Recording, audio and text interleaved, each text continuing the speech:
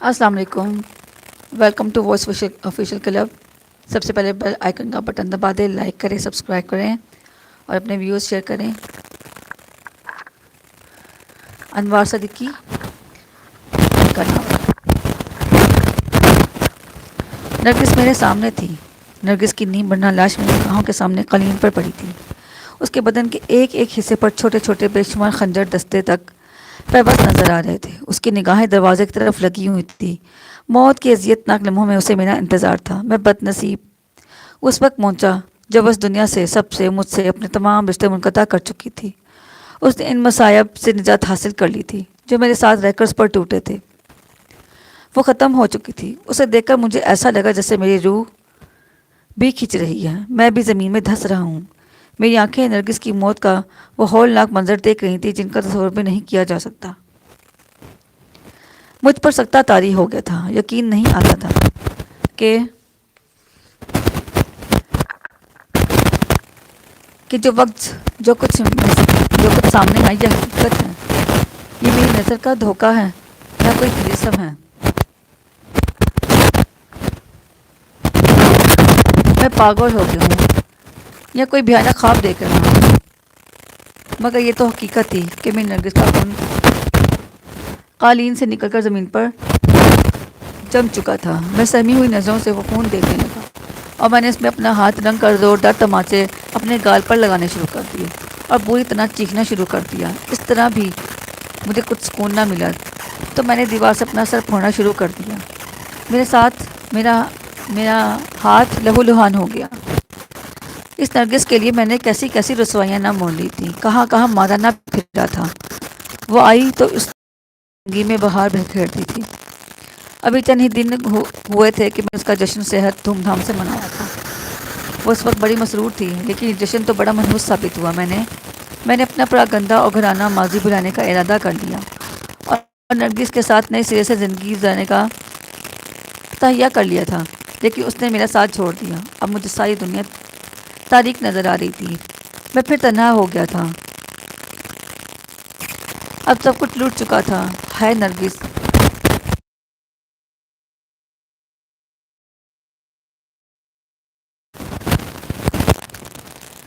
ہائے نرگس, میری چیخ میرا ہی دل رزا گئی.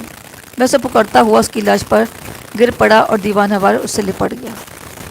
دل پھٹ جانے کے لیے بےتاب تھا. آنکھوں سے آنسوں کا طوفان ابل رہا. میں نے اس کا سر اٹھا کر اپنے زانوں پر رکھ لیا اور پاگلوں کی طرح سے باتیں کرنے لگا. لمحے گزر گئے. میری دیوانگی میں اضافہ ہوتا گیا.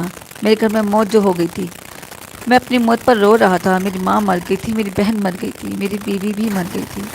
میری جان نرگس ختم ہو گئی تھی. اب دنیا میں میرا کون تھا؟ میں نے اس کے بدن میں پیوست خنجر ایک ایک کر کے نکالے. اس کی لاش سے ایک آہت کیا. میں نے کہا, نرگس میری زندگی اب تمہارے بغیر زندگی کیسی؟ مجھے تمہارے ساتھ ہی مر جانا چاہیے. میں تمہارے ساتھ ہی چلتا ہوں میری جان, لیکن مجھے کچھ دن کے لیے اجازت دے دو. خدا کی قسم, میں یہی خنجر تمہارے دشمنوں پر آزماؤں گا. میں دنیا کے تمام پنڈت پجاریوں کو چن چن کر موت کے گھات اتار دوں گا. میں تم سے وعدہ کرتا ہوں. بدر عمران کی موت اتنی دردناک ہوگی کہ زمین اور آسمان کام اٹھیں گے. میں اسے بتاؤں گا کہ نرگس کی زندگی کی کیا قیمت ہے. نرگس, یہ چند دن کی دوری ہے. میں جلد ہی تم سے آ ملوں گا. میں اپنا حال خود کیا لکھوں؟ کون لکھ سکتا ہے؟ خوشی کی روداد لکھنا آسان ہے, غم کا اظہار مشکل ہے. جب وہ لمحہ یاد کرتا ہوں تو لرز جاتا ہوں. جس پر کوئی ایسا غم پڑا ہو وہی میری شدت کا اندازہ کر سکتا ہے. میں تو اتنا بد نصیب تھا کہ میرا کوئی شریک غم بھی نہ تھا. میں کسی کے گلے لگ کر اپنا دل کا غبار بھی نہیں نکال سکتا تھا. ایک ملازم آئے تو یہ منظر دیکھ کر مجھ سے کچھ پوچھنے لگے اور میری تسلی کرنے کے بجائے بھاگ گئے. مجھے اپنا ہوش ہی کہاں تھا. نہ جانے میں نرگس سے کیا کیا عہد و پیمان باندھتا رہا. شام کے دھندلکے پھیل کر گہرے ہو گئے. کمرے میں تاریکی بڑھ چکی تھی. میری زندگی کی سب سے سیاہ رات سر پر تھی. تاریکی بڑھی تو میرا دل بھی ڈوبنے لگا. میں نے اپنا سر نرگس کے سر پر رکھ دیا. میں اسے باتیں کرتا کہ اچانک کمرے کی تاریکی روشنی میں تبدیل ہو گئی. میں چونکا اور پلٹ کر دروازے کی سمت دیکھا تو پولیس کے 10-12 سپاہی باقاعدہ رائفل تانے کھڑے تھے. سب سے آگے مقامی ایس پی مہتا سینہ تانے کھڑا مجھے بے رحم نظروں سے گھورے جا رہا تھا. میں نے نرگس کا سر آہستہ سے قالین پر رکھا اور اٹھ کر کھڑا ہو گیا. ایک نظر میں نے اپنے ہاتھوں اور جسم پر ڈالی.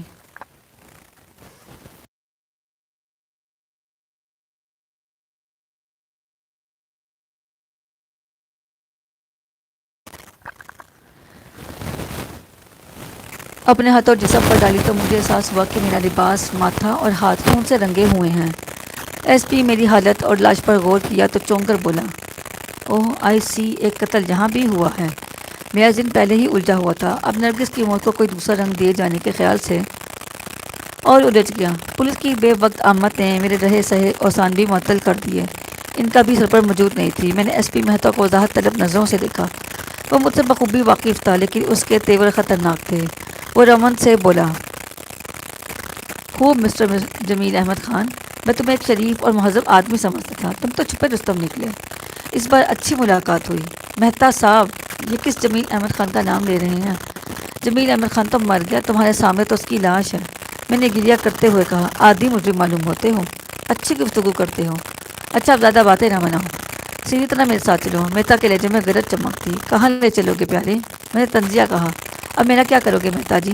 زیادہ باتیں نہ بناؤ، مہتا گرجدار آواز میں بولا۔ پھر اس نے سپاہیوں کو حکم دیا کہ گرفتار کر لے اسے۔ بہت طرف زبان معلوم ہوتا ہے۔ پلک چمکنے کی دیر تھی کہ رائفل بردار سپاہیوں نے لپک کر مجھے گھیر لیا۔ ایک سپاہی نے جھپٹ کر میری کلائی پر گرفت مضبوط کی، پھر ہتھکڑی ڈال دی۔ میں نے جد و جہد کی کوشش کی، لیکن جد ہی بے بس ہو گیا اور مجھے احساس ہوا کہ میں ایک بڑے خطرے میں گر گیا ہوں۔ ایک لمحے میں ساری بات میری سمجھ میں آ گئی۔ میں نے مہتا کو کہے آلو نظروں سے گھور کر کہا، تم انسان نہیں درندے ہو، ذرا اتنا تو خیال کرو کہ میری بیوی کی لاش گھر میں موجود ہے۔ یہ وقت تم پر بھی آ سکتا ہے، تم نے میرا جرم بتائے بغیر گرفتار کیا ہے۔ بکواس بند کرو، مہتا گرایا۔ ڈپٹی کمشنر کے بس میں ہوتا تو وہ تمہیں سنسار کرنے کا حکم دیتے۔ تم نے راج کمار کو قتل کر کے اپنی موت کو آواز دی ہے۔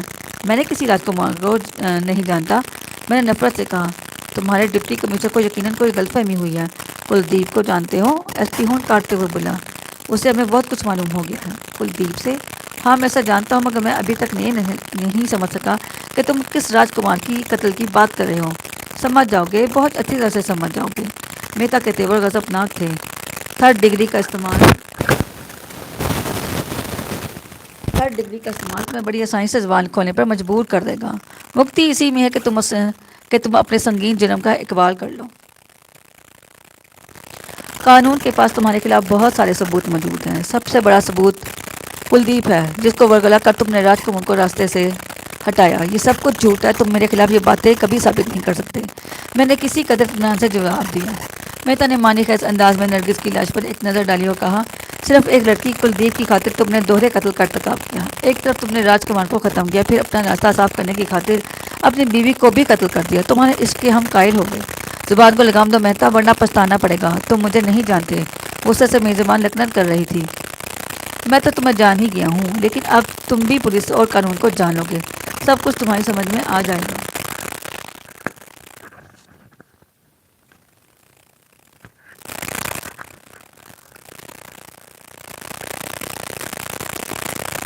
نرگس کے قتل کا الزام لگا کر مہتا نے میرا خون کھولا دیا تھا۔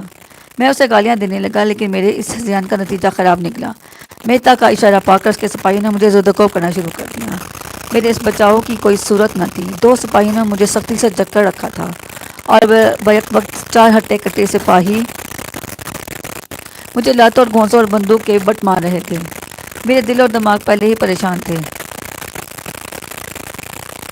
جب تک میں اوسان بحال رہے، میں جو منہ میں آیا کہتا رہا اور اسے خطرناک نتائج کی دھمکیاں بھی دیتا رہا، لیکن پھر جلد ہی میری ہمت بھی جواب دے گئی۔ میں نے چہرے پر پانی کی نمی محسوس کی تو ہوش آ گیا۔ اس وقت میں حوالات کے پختہ فرش پر پڑا تھا۔ مہتا اور چار سپاہی میرے ارد گرد موجود تھے۔ صبح کا اجالا مجھے دیکھ کر احساس ہوا کہ میں نے ساری رات بے ہوشی کے عالم میں گزاری ہے، جس کا جوڑ جوڑ دکھ رہا تھا اور درد کی شدت مجھے بے چین کر رہی تھی۔ لیکن آنکھ کھلتے ہی سب سے پہلے مجھے نرگس کا خیال آیا۔ میں دل پکڑ کر رہ گیا۔ میں نے ایک سسکاری بھری اور حوالات میں بری طرح رونے لگا۔ مجھے نہیں معلوم کہ نرگس کی لاش کا کیا بنا، ان ظالموں نے اس کے ساتھ کیا سلوک کیا۔ مجھے ہوش میں آتا دیکھ کر مہتا کرخت لہجے میں مخاطب ہوا، کیوں دماغ کچھ ٹھکانے پر آیا یا اور ٹھکانے لگانے کی ضرورت ہے؟ مہتا جی، میں بھرائی ہوئی آواز میں بولا، کیا مجھے یہ بتائیں گے کہ میری بیوی کا لاش کا کیا بنا؟ اسے دفنایا گیا یا نہیں؟ بکمت، مہتا گرایا، سیدھی طرح میرے سوالوں کا جواب دو۔ تم نے راج کمار کو کیوں ہلاک کیا؟ میں نے فوراً ہی کوئی جواب نہیں دیا۔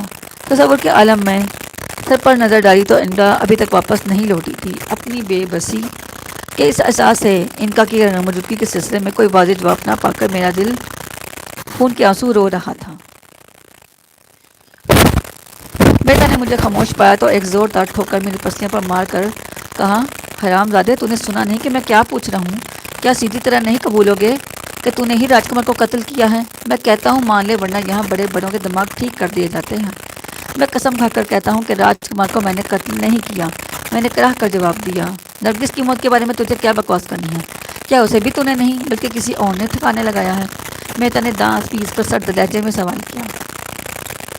اس کا انداز بڑا ہی جارحانہ تھا۔ نرگس میری زندگی تھی مہتا جی، بھلا کوئی شخص خود اپنی زندگی کیسے ختم کر سکتا ہے؟ لیکن مہتا کو مجھ پر کوئی ترس نہ آیا۔ وہ ایک اور ٹھوکر مار کر بولا، شاعری اچھی کر رہا ہے، شاعری کر رہا ہے کمینے، مہتا کو الو بنانے کی کوشش کرتا ہے۔ میں نے بڑے بڑے سرماؤں کی چمڑی دھیر کر رکھ دی، میرے سامنے تو کیا بیچتا ہے؟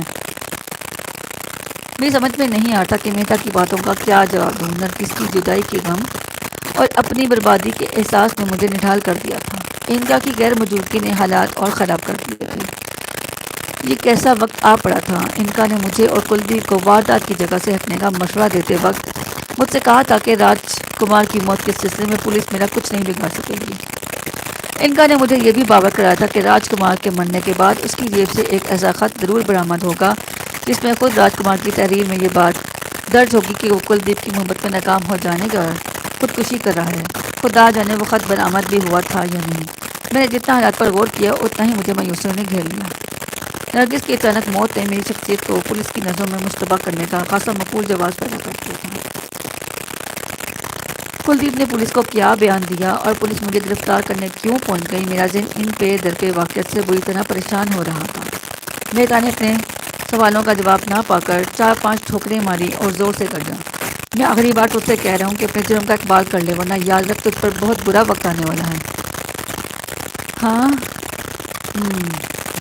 میں نے راج کمار کو قتل کیا تھا، میں اقرار کرتا ہوں۔ میں نے ناچار خود کو مہتا کے عطاب سے بچانے کے لیے جلدی سے کہا۔ قتل کا سبب کیا تھا؟ مہتا نے مسکراتی ہوئی خوفناک نظروں سے گھٹ کر پوچھا۔ کلدیپ اسے شادی کرنے پر تیار نہیں تھی۔ یہ کہتے کہتے میرا حلق خشک ہو گیا۔ اس نے مجھ سے کہا تھا کہ میں راج کمار کو راستے سے ہٹا دوں۔ تو کلدیپ کو کب سے جانتی تھی؟ میری اس کی ملاقات پونے میں ہوئی تھی۔ میں نے بھرائی ہوئی آواز میں جواب دیا۔ کیا یہ صحیح ہے کہ تو نے کلدیپ کے ساتھ مزاج تعلقات استوار کر رکھے تھے؟ مہتا نے بدستور اور ڈراتے ہوئے دریافت کیا۔ صحیح ہے، میں نے مختصراً کہا۔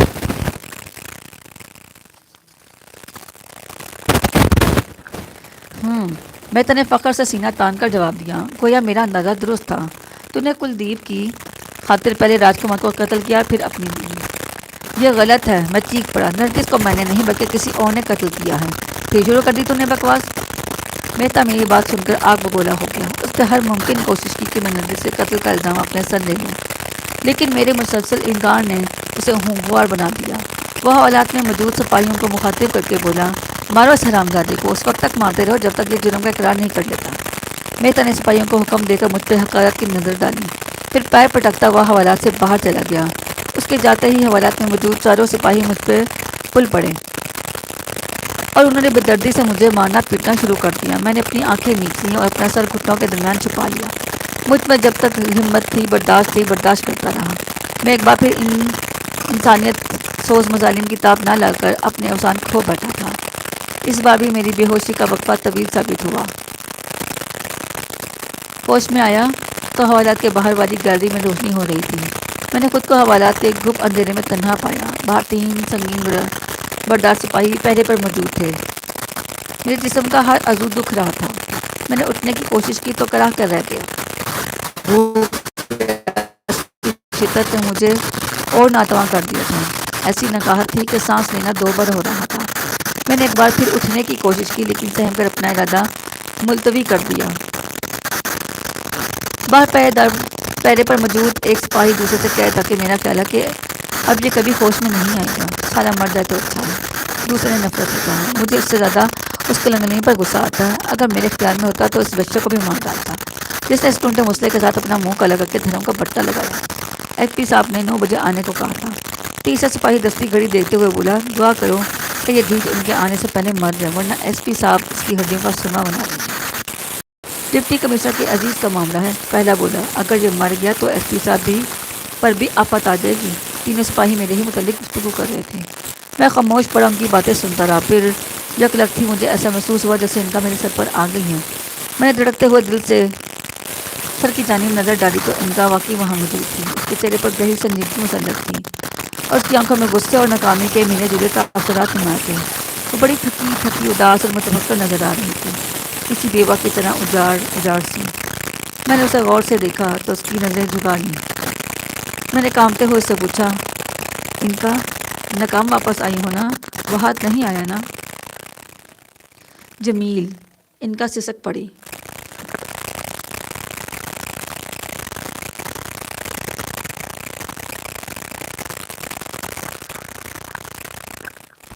مجھے جواب کیوں نہیں دیتی ان کا؟ میں نے دل گرفتہ انداز میں کہا، کیا وہ نابکر پنڈت تمہارے ہاتھ سے بچ نکلنے میں کامیاب ہو گیا؟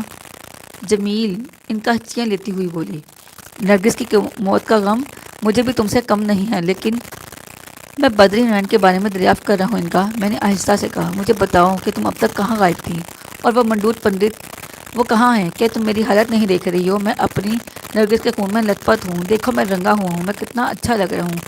ہائے مجھے یہ دن بھی دیکھنا تھا۔ ایسی باتیں نہ کرو، میں اسی کے پیچھے لگی ہوئی تھی جمیل، میرے آقا، لیکن اس سے پہلے کہ میں اسے موت کے شکنجے میں دبوچ سکتی وہ کلکتے پہنچ کر کالی کے مندر میں چلا گیا۔ میں ابھی تک اس کے باہر آنے کا انتظار کر رہی تھی جمیل۔ تم نے اس کے باہر آنے کا انتظار کیوں کیا؟ کیا تم مندر میں داخل ہو کر اس کمینے بردات کے جسم کو ریزہ ریزہ نہیں کر سکتی تھی؟ میں ایسا نہیں کر سکتی جمیل، ایسا کر سکتی تو یوں واپس نہ آتی۔ ان کا نے تلملا کر جواب دیا، کالی مہان شکتی میرے راستے کی دیوار بن رہی تھی، میں وہ دیوار سر ڈھانے سے قاصر تھی۔ تم بھی اپنی مجبوری کا اظہار کر رہی ہو۔ تمہاری وہ پراسرار اور لامحدود قوتیں کہاں گئی جنہیں قبضے میں لینے کے لیے بہت سے لوگ دیوانے ہیں؟ میں نے طنز کرتے ہوئے کہا، دیکھا اس موقع پر تم بھی ناکام ہو گئی۔ جمیل، تم ایسی باتیں کیوں کر رہے ہو؟ ان کا نے حسرت سے کہا، تمہیں میری طاقت کا اندازہ ہے، لیکن کالی مائی کے مندر میں گھس کر خون خرابہ کرنا میرے بس کی بات نہیں۔ یقین رکھو، جس روز بھی بدری نارائن مندر سے باہر آیا وہ اس کی زندگی کا آخری دن ہوگا۔ میں اس سے نرگس کی موت کا اتنا بھیانک انتقام لوں گی کہ دھرتی کانپ اٹھے گی۔ مجھے بھی نرگس سے تم سے کم محبت تو نہیں تھی۔ ان کا کی بات سن کر میری قوت برداشت جواب دے گئی۔ میں نے بیزاری سے کہا، اب کیا سوچا ہے؟ کیا میں اسی طرح یہاں پڑا رہوں گا؟ کیا اب تم مجھے حوالات سے باہر نکالنے کی طاقت نہیں ہے؟ اس کی فکر کیوں کرتے ہو؟ میں آ گئی ہوں، ان کا نے جلدی سے جواب دیا۔ بہتر ہے تمہیں محض ڈپٹی کمشنر کے عتاب سے بچنے کے لیے گرفتار کیا ہے، ورنہ اسے وہ خط مل گیا تھا جس میں راجکمار نے خودکشی کا اعتراف کیا تھا۔ ان بدماشوں نے یہ معلوم کر لیا تھا کہ تم وقوع کے بعد کلدیپ کے ساتھ تھے۔ انہوں نے زبردستی کلدیپ سے اگلوا لیا کہ تم اس کے ساتھ تھے۔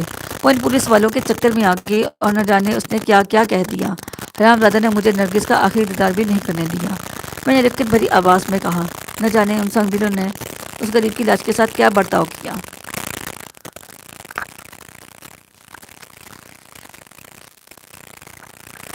تم فکر نہ کرو جمیل، میں اس ظلم کے لیے مہتا اور اس کے گربوں کو کبھی معاف نہیں کروں گی۔ ڈپٹی کمشنر کو بھی اس اختراع کے ناجائز استعمال کے سلسلے میں پچھتانا پڑے گا۔ مجھے نرگس کے بارے میں بتاؤ، اس کی لاش کا کیا بنا؟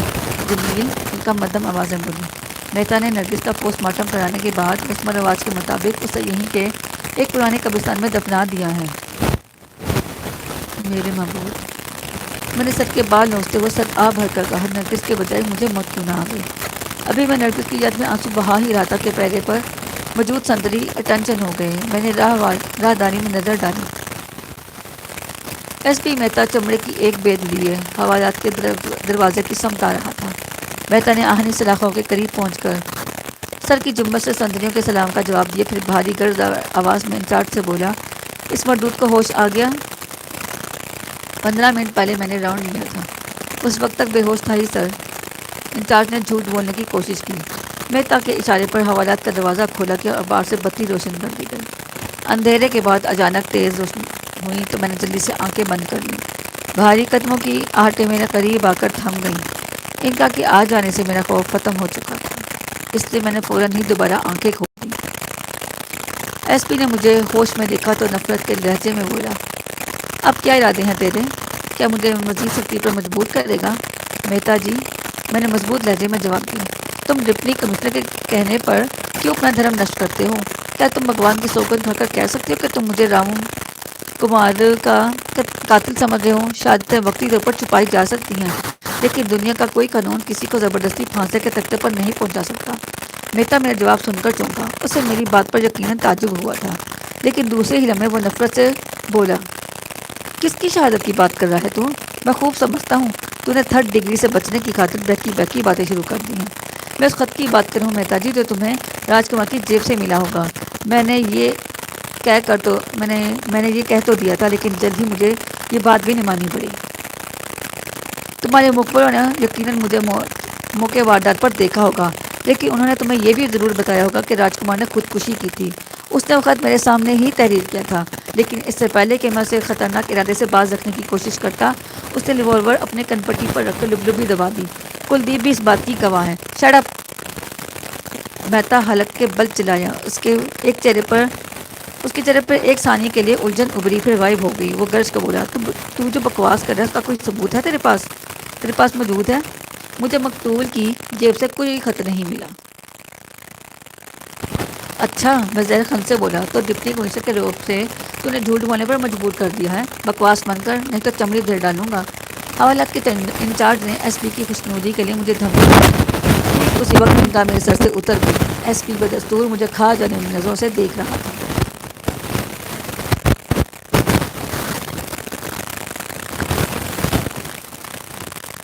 دیر تک وہ کچھ سوچتا رہا، پھر سرد آواز میں بولا، میں تجھے کھلی عدالت میں پیش کرنے کے بجائے کسی ویرانے میں لے جا کر خاموشی سے موت کے گھاٹ اتار سکتا ہوں۔ تم ایسا نہیں کر سکتے مہتا جی۔ ڈپٹی کمشنر تمہیں اس کی اجازت نہیں دیں گے۔ میں نے حقارت سے کہا، مجھے پھانسی کے پھندے تک لے جانے کے لیے تمہیں زبردست قسم کا جھوٹ کا سہارا لینا ہوگا۔ تم اس کے لیے مجبور ہو۔ اگر صرف مجھے مار ڈالنا تمہارا مقصد ہوتا تو تم اس وقت حوالات میں موجود ہونے کے بجائے کسی کلب میں بیٹھے رنگنیاں منا رہے ہوتے، گویا تو سیدھی طرح نہیں مانے گا۔ مہتا کے ہاتھ کامنے لگے، وہ کسی خون آشام درندے کی طرح ڈھاڑا۔ میں اب تجھے اس قابل ہی نہیں چھوڑوں گا کہ تو عدالت کے سامنے اپنی گندی زبان کھول سکے۔ میں یہ محسوس کیے بغیر نہ رہ سکا کہ مہتا نے جو دھمکی دی ہے وہ اسے پوری کرنے سے بھی درک نہیں کرے گا۔ اس کا چہرہ غصے کی شدت سے سرخ انگارہ ہو رہا تھا۔ اس نے انچارج کی طرف دیکھ کر سرد آواز میں کہا، پرمود، اب جو ہدایت دی جا رہی ہیں اسے پوری کرو۔ اسے یقیناً اور بھی قتل کیے ہیں، ورنہ اس طرح یہ چرب زبانی نہ کرتا۔ یس سر۔ انچارج گھبرا کر ٹینشن ہو گیا۔ الیکٹرک شاکس، مہتا نے تحقیرانہ لہجے میں کہا، جب تک کہ اپنے توازن نہ دہلی کھو بیٹھے۔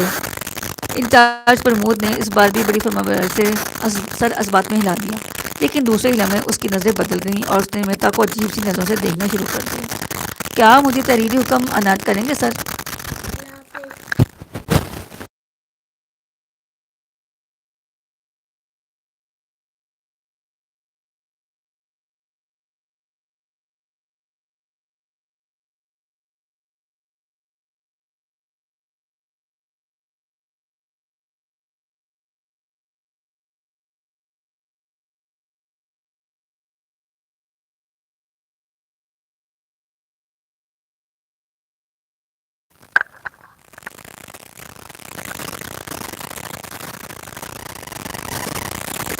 نان سینس، مہتا سرتاپا لرز کر بولا۔ پرمود، تم اس وقت ایس پی مہتا سے گفتگو کر رہے ہو۔ جانتا ہوں سر، لیکن تحریری حکم کے بغیر میں اتنا خطرناک قدم نہیں اٹھا سکوں گا۔ پرمود نے صاف گوئی اور قدرے بے پرواہی سے جواب دیا۔ آپ کے تحریری احکام پر میں اس کا جسم دھجیوں میں تبدیل کرنے کے لیے بھی تیار ہوں۔ Get out from here! S P اتنی زور سے چلایا کہ حوالات میں موجود سپاہی بوکھلا کر 2 قدم پیچھے ہٹ گئے۔ میں تمہیں جھوٹے محکم ملازمت سے برطرف کرا دوں گا۔ تمہیں اتنی ضرورت کیسے ہوئی؟ مہتا، ہوش میں آؤ! حوالات کا انچارج اچانک آپے سے باہر ہو گیا۔ ہولسٹر سے اپنا ریوالور نکال کر اس کا رخ مہتا کی سمت کر کے کہنے لگا، تم نے میرے عملے کے سامنے میری بےزتی کی ہے۔ تمہیں ان سب کی موجودگی میں مجھ سے معافی مانگنی پڑے گی، ابھی اسی وقت، ورنہ اس دن کے بجائے میں تمہارا جسم چھلنی کر دوں گا۔ تم مجھے نہیں جانتے مہتا صاحب۔ او یو سر آف اے بچ! مہتا کے ہاتھوں میں دبی ہوئی بیت لہرا کر بھرپور قوت سے پرمود کے گال پر پڑی اور عین اسی وقت اس کے ریوالور سے 2 دھماکے ہوئے۔ گولی صحیح نشانے پر نہ لگ سکی۔ ایس پی کے ہاتھ اور پاؤں سے خون نکلا اور وہ چند لمحے کے لیے کسی خزاں رسیدہ کے مانند ویران ہو کے رہ گیا، پھر وہ منہ کے بل فرش پر ڈھیر ہو گیا۔ یہ سب کچھ اتنی برق رفتاری سے ہوا کہ حوالات میں موجود سپاہیوں کو کچھ سوچنے اور سمجھنے کا موقع نہ مل سکا۔ مجھے اندازہ تھا کہ ایس پی مرا نہیں ہے بلکہ صرف بے ہوش ہو گیا ہے۔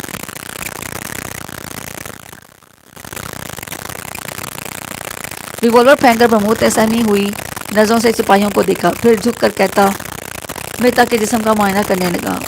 اس کا چہرہ پسینے سے شرابور ہو رہا، رنگت خوف زدہ دہشت کے مارے زد پڑ چکی تھی۔ سپاہی دور کھڑے پھٹی پھٹی نظروں سے سب کچھ دیکھ رہے تھے۔ کچھ توقف کے بعد سپاہیوں میں سے ایک نے ایک قدم آگے بڑھ کر پرمود سے کہا، مجھے افسوس ہے جناب کہ میں آپ کو گرفتار کر رہا ہوں۔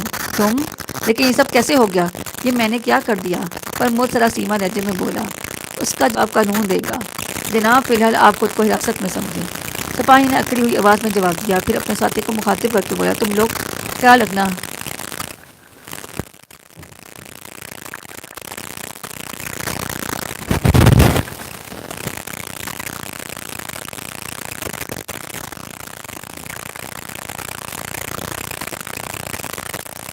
سپاہی دور کھڑے پھٹی پھٹی نظروں سے سب کچھ دیکھ رہے تھے۔ کچھ توقف کے بعد سپاہیوں میں سے ایک نے ایک قدم آگے بڑھ کر پرمود سے کہا، مجھے افسوس ہے جناب کہ میں آپ کو گرفتار کر رہا ہوں۔ تم؟ لیکن یہ سب کیسے ہو گیا؟ کہ میں نے کیا کر دیا؟ پرمود سراسیمہ لہجے میں بولا۔ اس کا جواب قانون دے گا جناب، فی الحال آپ خود کو حراست میں سمجھیں۔ سپاہی نے اکڑی ہوئی آواز میں پھر اپنے ساتھیوں کو مخاطب کر کے بولا، تم لوگ خیال رکھنا، میں ڈپٹی کمشنر صاحب کو فون کرنے جا رہا ہوں۔ سپاہی ابھی باہر کی سمت بڑھا ہی تھا کہ جو کچھ ہوا اس نے بھی مجھے حیرت میں ڈال دیا۔ دروازے کے قریب کھڑے ایک سپاہی نے اچانک رائفل سیدھی کی اور سپاہی کے سر پر پوری طاقت سے سنگین مار دی، جو فون کرنے جا رہا تھا۔ سپاہی پلک جھپکتے میں ہی لہرا کر گر پڑا۔ وہ کرپناک آواز میں چیختا ہوا اوندے منہ فرش پر الٹ گیا۔ اس کے بعد سپاہیوں میں بھی آپس میں دھن گئی۔ میں بھی حیران ہی ہو رہا تھا کہ ان کا میرے سر پر آ گئی اور بولی، جمیل جتنی جلدی ممکن ہو سکے یہاں سے نکل چلو، اس سے اچھا موقع نہیں ملے گا۔ میں آہستہ سے اٹھا اور چھپتے چھپاتے باہر کی طرف قدم اٹھانے لگا۔ میں انکا کا یہ کرشمہ پہلے بھی کئی بار دیکھ چکا تھا۔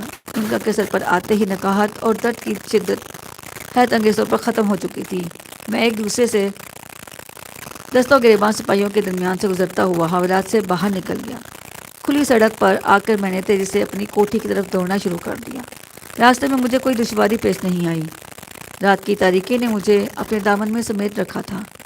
میں سب سے پہلے نرگس کی قبر پر جانا چاہتا تھا اور اس کی قبر پر پھول نچھاور کرنا چاہتا تھا، مگر میں کچھ بھی نہ کر سکا۔ انکا نے مجھے کسی بات کا موقع نہیں دیا۔ اس نے کہا کہ اگر اس وقت اس علاقے میں دیر لگائی تو دوبارہ گرفتار ہونے کا خدشہ ہے۔ چنانچہ میں نرگس کو اس ویران قبرستان میں چھوڑ کر روانہ ہوا اور اپنے گھر پہنچ گیا۔ میں نے جلدی نقدی زیورات، نرگس کے کپڑے اور کچھ ضروری سامان باندھا۔ باہر آ کر گیراج سے گاڑی نکالی، برق رفتاری سے ویران ڈھلوان کی طرف دوڑانے لگا۔ میں ایک ہاتھ سے ڈرائیونگ میں خاصا مشتاق ہو چکا تھا۔ صبح ہونے سے پہلے میں قانون کی گرفت سے بہت دور نکل جانا چاہتا تھا۔ انکا میرے سر پر بیٹھی کسی گہری سوچ میں غرق تھی۔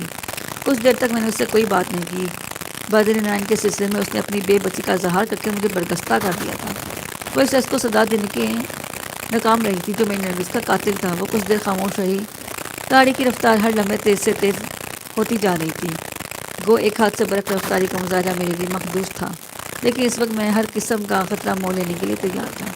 پہاڑی راستوں اور ڈھلوانوں پر میں نے کسی خوف کے بغیر تیز گاڑی چلائی۔ راستے میں ٹرکوں اور چھوٹی موٹی گاڑیوں سے کئی بار حادثہ ہوتے رہ گیا۔ جمیل اتنی تیز نہ چلاؤ، انکا نے کچھ سوچتے ہوئے مجھے مخاطب کیا۔ تم اپنا سفر جاری رکھو، میں ذرا ڈپٹی کمشنر کی خبر لے کر آتی ہوں۔ اس کے علاوہ بھی میرا وہاں جانا ضروری ہے تاکہ اگر نرگس اور راج کمار کی موت کا مسئلہ دوبارہ کھڑا ہو تو تم پر کوئی آنچ نہ آ سکے۔ جاؤ جہنم میں جاؤ، میں دل برداشتہ ہو کر جواب دیا۔ انکا نے عجیب حسرت کی نظروں سے مجھے دیکھا، پھر کچھ کہے بغیر میرے سر سے اتر گئی۔ میں نے اپنا سفر جاری رکھا۔ راستے میں میرے جانے پہچانے تھے۔ میری نظریں ویران اور سام کی طرح بل کھاتی سڑک پر جمی ہوئی تھی، لیکن ذہن نرگس کی موت کے بارے میں الجھ رہا تھا۔ میرے ذہن میں بار بار بدری کا چہرہ گھوم جاتا اور ایکسیلیٹر پر میرے پاؤں کا دباؤ ہر لمحے بڑھتا ہی جا رہا تھا۔ میں نے امرتسر تک کار میں سفر کیا، پھر ریل کے ذریعے دلی کے لیے روانہ ہو گیا۔ دلی کے سفر کے دوران انکا دوبارہ میرے سر پر آ گئی۔ اس نے مجھے تفصیل سے بتایا کہ وہ میرے بچاؤ کے سارے اقدامات کر کے آئی ہے، لیکن مجھے ان باتوں سے کوئی سروکار نہ تھا۔ میں تو صرف بدری نائن کے بارے میں سوچ رہا تھا۔ میں جتنا آگے بڑھ رہا تھا، بدری نائن اس سے بھیانک انتقام اور تمام پنڈتوں پجاریوں کو جو بھی میرے راستے میں آئیں چن چن کر ختم کرنے کا جذبہ پوری شدت سے مجھ پر طاری تھا۔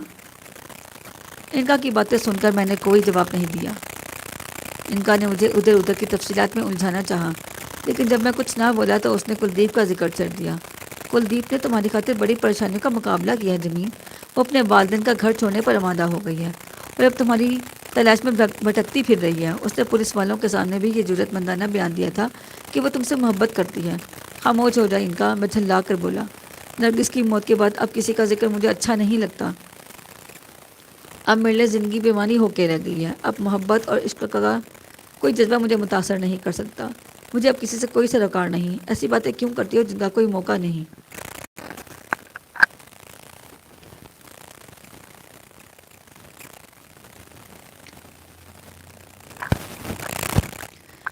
انکا نے مجھے اداس نظروں سے دیکھا۔ وہ اس وقت بھی نہ جانے کس سوچ میں غرق تھی۔ کچھ توقف کے بعد ذرا سنگی سے بولی، جمیل میرے مالک، تم مجھ سے ناراض ہو؟ مجھے پریشان نہ کرو انکا، میں نے روکھے لہجے میں جواب دیا۔ تم یہ کیوں بھول رہی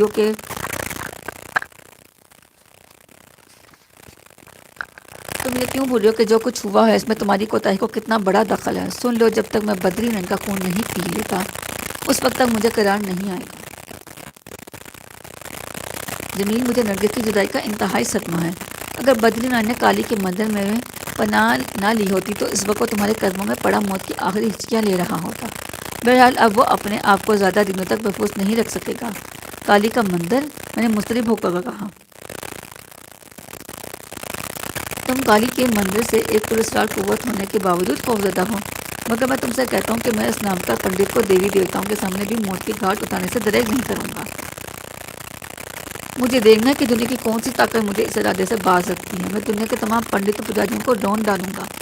میں ان مندروں کو ڈھا دوں گا جو میرے راستے کی دیوار بنے گے۔ انکا، آخر تم میرے اس تال کا اندازہ کیوں نہیں کر رہی ہو؟ انکا نے کچھ کہنے کے لیے ہونٹ کھولے، لیکن پھر خاموش ہو گئی۔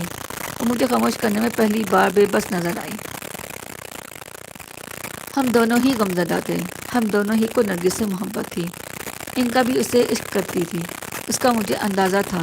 یہی وجہ تھی کہ اس وقت ہم دونوں میں سے کوئی بھی ایک دوسرے کو مطمئن نہیں کر پا رہا تھا۔ کاش انکا کا بھی میری طرح کوئی جسمانی وجود ہوتا تو ہم دونوں گلے مل کر خوب روتے اور اپنا غم کسی قدر ہلکا کر لیتے۔ دلی پہنچ کر میں نے گاڑی تبدیل کی اور کلکتے کے لیے روانہ ہو گیا۔ تمام راستہ خاموشی سے گزر گیا۔ نہ میں نے انکا سے کوئی بات کی، نہ اس نے مجھ سے کوئی بات کی۔ البتہ میں دیکھ رہا تھا کہ جیسے جیسے میری منزل قریب آتی جا رہی تھی انکا کی پریشانی بڑھتی جا رہی تھی۔ میں نے اس کی وجہ دریافت نہیں کی۔ کلکتے پہنچ کر میں نے ایک درمیانے درجے کے ہوٹل میں کمرہ لے کر سامان رکھا اور اسی وقت کالی کے مندر کی طرف چل پڑا۔ اب انکا کی پریشانی شباب پر پہنچ چکی تھی۔ وہ میرے سر پر ادھر ادھر ٹہل رہی تھی، کبھی چلتے چلتے اچانک رکتی اور مجھ سے کچھ کہنا چاہتی مگر ہونٹ چبا کر رہ جاتی۔ دیر تک اس کی یہی کیفیت رہی۔ پھر کالی کا مندر قریب آنے لگا تو انکا نے پریشان کن لہجے میں مجھے مخاطب کیا، جمیل میری بات سنو۔ کالی کے مندر میں کسی خطرناک ارادے سے داخل ہونے والی پریشانیوں میں گر جاتے ہیں۔ میری بات سنو، میں جو کچھ کہہ رہی ہوں اسے سنو غور سے۔ جب تک بدری نین مندر کے اندر ہے تم یا میں اس کا کچھ نہیں بگاڑ سکتے۔ ہمیں بدری نین کا باہر آنے کا انتظار کرنا ہوگا۔ میرے سر پر خون سوار ہے انکا، تم مجھے مندر میں داخل ہونے سے مت روکو۔ میں اپنے آپے میں نہیں ہوں، میں نے انکا کو ڈانٹتے ہوئے کہا۔ مگر جمیل، تمہیں صحیح بات بتانا میرا فرض ہے۔ تمہیں اپنا ارادہ ہر قیمت بدلنا ہوگا۔ انکا کے لہجے میں تشویش تھی۔ نرگس کے قاتل کو زندہ رہنے دو، اس شخص کو زندہ رہنے دو جس نے مجھے زندہ درگور کر دیا ہے۔ میں نے جھنجھلاتے ہوئے کہا، دیکھو میں کیا کرتا ہوں۔ میں اس پنڈت پر زندگی حرام کر دینے کا فیصلہ کر چکا ہوں۔ نتائج کی مجھے پرواہ نہیں ہے۔ جب نرگس نہ رہی تو پھر مجھے اپنی موت کا بھی غم نہیں ہے۔ جذباتی نہ بنو جمیل، تم بہک رہے ہو۔ انکا نے تیزی سے کہا، اگر تم اسی پاگل پنے میں مر گئے تو کچھ بھی نہ ہوگا۔ نرگس کی بے چین روح تم سے شاکی رہے گی۔ ذرا سکون سے کام لو، تمہیں کوئی اور تدبیر اختیار کرنی ہوگی۔ کالی کے مندر کے کسی چھوٹے پجاری کو اپنے اعتماد میں لے کر بدری نین کو مندر کے حدود سے باہر نکالا جا سکتا ہے۔ اس قدر نہ بہکو کہ خود اپنے لیے کوئی نئی مصیبت کھڑی کر لو۔ انکا، میں بہک رہا ہوں؟ میں نے انکا کی طرف سواری نظروں سے دیکھا اور دوست سے لہجے میں جواب دیا، اگر تم خائف ہو تو میرے سر سے اتر جاؤ، مجھے تمہاری بھی پرواہ نہیں ہے۔ میں بدری نین کو سزا دیے بغیر ایک پل نہیں چین سے بیٹھ سکتا۔ میں مر جاؤں گا، چلو یہ بھی ٹھیک ہے۔ انکا نے مجھے بہت مایوسی سے دیکھا اور بے بسی سے گردن جھٹک دی۔ میں مندر کی سمت کچھ سوتے سمجھے بغیر قدم تیز تیز اٹھاتا ہوا جانے لگا۔ جس وقت مندر سے 25 گز کے فاصلے پر رہ کے تو ان کا نے ایک بار پھر مجھے سمجھانے کی کوشش کی۔ جمیل، میرے مالک میری جان، میری بات مان لو، مندر کے دور میں داخل ہو کر تم مصیبتوں کا شکار ہو جاؤ گے۔ تمہیں بدری ان کو مارنے کے لیے بڑی ہوشیاری اور دور اندیشی سے کام لینا ہوگا۔ جلد بازی کا سارا کام خراب کر دے گی۔ میں نے انکا کو دیکھا، لیکن اس بار اس نے کسی رد عمل کا اظہار نہیں کیا۔ میں خاموشی سے قدم بڑھاتا رہا۔ کالی کے بڑے مندر کے باہر پنڈت اور پجاریوں کا ہجوم ٹھاٹھے مار رہا تھا۔ مندر کی گھنٹیوں کی آواز دور دور تک گونج رہی تھی۔ جوگنے اور پجارنے بڑی عقیدت اور احترام سے مندر سے آ جا رہی تھی۔ میں نے انکا کا چہرہ دیکھا جو دھواں دھواں ہو رہا تھا۔ کسی شدید الجھن نے اس کا چہرہ ویران کر رکھا تھا۔ میں مندر کی سیڑھیوں کے قریب پہنچ کر ایک لمحے کے لیے رک گیا۔ مان میری نظر ایک پجاری پر پڑی جو مندر سے باہر آ رہا تھا۔ اس کے ساتھ دوسرے پجاری بھی تھے۔ چہرے بشرے سے کوئی بڑا پجاری دکھائی دیتا تھا۔ پجارنے اس کے قریب سے گزرتے ہوئے ڈنڈوت کر رہی تھی۔ میں نے کچھ سوچ کر انکا سے دریافت کیا، یہ مردود کون ہے؟ اس کا نام بنسی لال ہے، مندر کا چھوٹا پجاری ہے۔ انکا تیزی سے بولی، جمین، اگر تم کوشش کرو تو اس کے ذریعے اپنا کام کر سکتے ہو۔ بدری نرائن اس کی بات مشکل سے ٹال سکے گا۔ میں کسی بھیڑیے کی طرح چھوٹے پجاری کو گھور رہا تھا۔ میرا جی چاہ رہا تھا کہ مندر کی ساری عمارت جلا کر راکھ کے ڈھیر میں تبدیل کر دوں اور تمام پنڈت پجاریوں کو قتل عام شروع کر دوں۔ چھوٹا پجاری دوسرے پجاری اور چیلوں کے ساتھ میرے قریب سے گزرا۔ پھر میں نے اسے ایک کٹیا میں جاتے دیکھا جو سیڑھیوں کے باہر جانب ذرا ہٹ کر بنی ہوئی تھی اور دوسری جھوپڑیوں کے مقابلے میں قدرے بڑی تھی۔ جمیل، انکا نے سرگوشی میں کہا، اس وقت بنسی لال اپنی کٹیا میں تنہا ہے۔ تم ذرا سی دور اندیشی سے کام لے کر اسے شیشے میں اتار سکتے ہو۔ مجھے دیکھو، اگر تم نے صبر و تحمل اور عقلمندی سے کام لیا تو بنسی لال تمہارے لیے بے حد کارآمد ثابت ہوگا۔ یوں بھی وہ بڑا نرم دل اور نیک انسان ہے۔ پنڈت پجاری اور نیک انسان، میں نے طنز سے کہا۔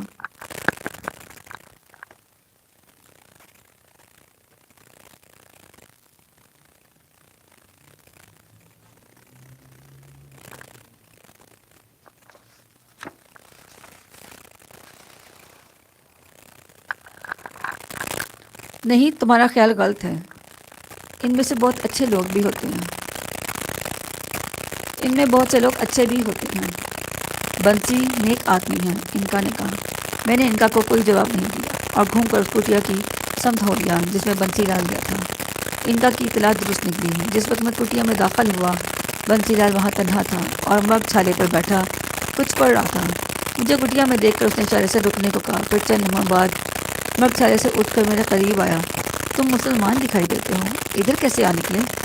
ارے تم تو بڑے بیعقل نظر آتے ہو۔ کیا کوئی بات ہے بالک؟ تم میری کٹی میں کس کارن آئے ہو؟ بیٹھ جاؤ۔